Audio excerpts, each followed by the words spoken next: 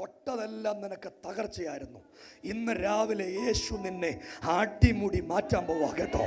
നിന്റെ ജീവിതത്തിനകത്തൊരു ദൈവത്തിൻ്റെ പ്രവൃത്തി ഇന്ന് രാവിലെ വ്യാപരിക്കാൻ പോകുകയാ. എല്ലാ ദൈവത്തിൻ്റെ മക്കളും യേശുവേ എന്ന് വിളിക്കാൻ പറ്റുന്ന എല്ലാവരും കൂടെ അധരമൊന്ന് തുറന്ന് ഈ ചെറുപ്പക്കാരന് വേണ്ടി ദൈവത്തിന് ഒരു സ്തോത്രം ചെയ്യാൻ പറ്റുമെങ്കിൽ ദൈവത്തിനൊരു മോനെ, ദൈവം എന്നോട് പറയുന്നത് നിന്റെ അമ്മ ഒത്തിരി ആഗ്രഹിച്ചിരുന്നു നിന്റെ കല്യാണം കാണണം. നിന്റെ അമ്മ ആഗ്രഹിച്ചിരുന്നു, നിന്റെ അപ്പൻ ആഗ്രഹിച്ചിരുന്നു. നിനക്ക് വേറെ ആരും ഇപ്പൊ ഇല്ല, പക്ഷെ യേശു നിന്റെ കൂടെ ഉണ്ട്. 37 വയസ്സുള്ള നിന്റെ മേൽ ഇവനെ കൊല്ലാൻ കയറിയത് പിടിച്ചോ പിടിച്ചോ പിടിച്ചോ പിടിച്ചോ. എല്ലാരും കൂടെ യേശുവേ എന്ന് വിളിച്ചോ, യേശുവേ എന്ന് വിളിച്ചോ, യേശുവേ എന്ന് വിളിച്ചോ. അടിഞ്ഞുമാറ് അടിഞ്ഞുമാറ്. എല്ലാരും കൂടെ യേശുവേ എന്ന് വിളിച്ച്, യേശുവേ എന്ന് വിളിച്ച് ഈ മകൻ സ്വാതന്ത്ര്യമാകുക. യേശു അവനെ വിടുവിക്കാൻ പോവാ. എന്റെ മേൽ അസാധാരണ ദൈവത്തിന്റെ തീ വ്യാപരിക്കുക. അഴിഞ്ഞോ, ഇവനെ കെട്ടോ പൊട്ടാ പൊട്ടാ. കെട്ടഴുതേ കെട്ടഴുതേ. എടുക്കുവനെ ചരത്തുള്ള കേട്ടല്ല.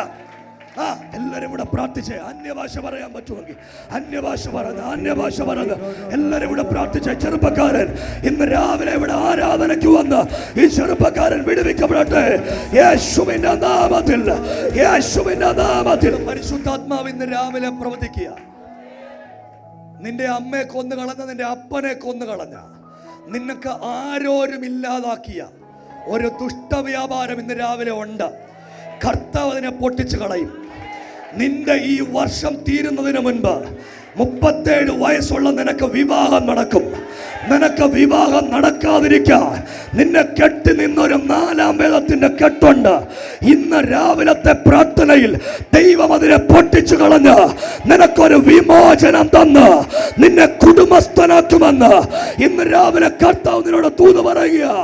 നിന്റെ ശരീരത്തിൽ നിന്നൊരു കെട്ടുപോയിട്ടുണ്ട്. യേശു നിന്നെ വിടുവിച്ചിട്ടുണ്ട്. ഇനിയുള്ള ആയുസ് യേശുവിന് വേണ്ടി ജീവിക്കണം.